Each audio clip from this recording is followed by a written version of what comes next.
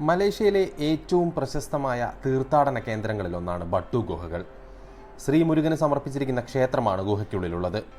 ലക്ഷക്കണക്കിന് ആളുകളാണ് വർഷം തോറും ഇവിടം സന്ദർശിക്കാനെത്തുന്നത്. ഇന്ത്യൻ വിനോദസഞ്ചാരികളുടെ ഹൃദയത്തിൽ വളരെ സവിശേഷമായ ഒരു സ്ഥാനവും ബട്ടു ഗുഹകൾക്കുണ്ട്.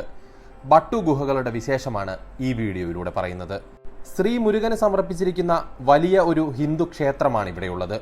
മലേഷ്യയിലെ സെലാൻഗോറിൽ സ്ഥിതി ചെയ്യുന്ന ബട്ടു ഗുഹകൾ മലേഷ്യയുടെ തലസ്ഥാനമായ കൊലലാംപൂരിൽ നിന്ന് ഏകദേശം 13 കിലോമീറ്റർ അകലെയാണ്.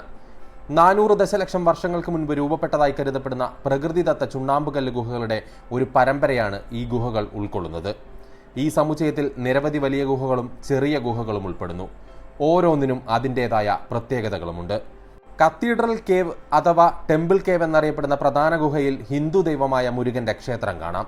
19-ാം നൂറ്റാണ്ടിന്റെ അവസാനത്തിൽ ഈ പ്രദേശത്ത് താമസമാക്കിയ ഇന്ത്യൻ കുടിയേറ്റക്കാരാണ് ക്ഷേത്രവും അനുബന്ധ ഘടനകളും വികസിപ്പിച്ചെടുത്തത്.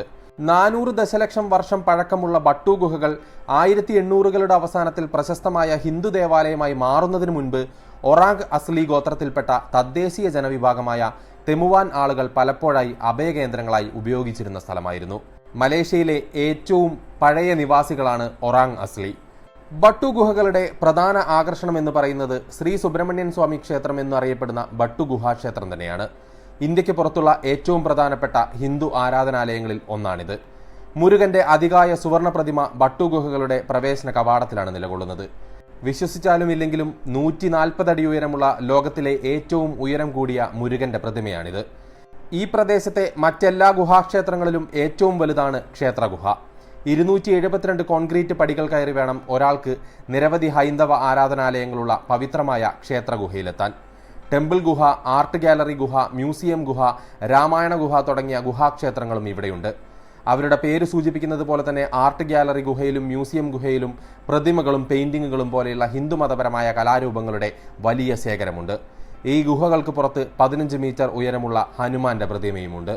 മലേഷ്യയിലെ ഏറ്റവും പ്രധാനപ്പെട്ട ഹിന്ദു ആഘോഷങ്ങളിലൊന്നായ വാർഷിക തൈപ്പൂയം ഉത്സവത്തിന് ആതിഥേയത്വം വഹിക്കുന്നതും ബട്ടു ഗുഹകൾ പ്രശസ്തമാണ്. തമിഴ്നാട്ടിൽ നമ്മൾ കണ്ടുപരിചയിച്ച തൈപ്പൂയ കാവടിയാട്ടം ഈ വേളയിൽ ഇവിടെ കാണാനാവും.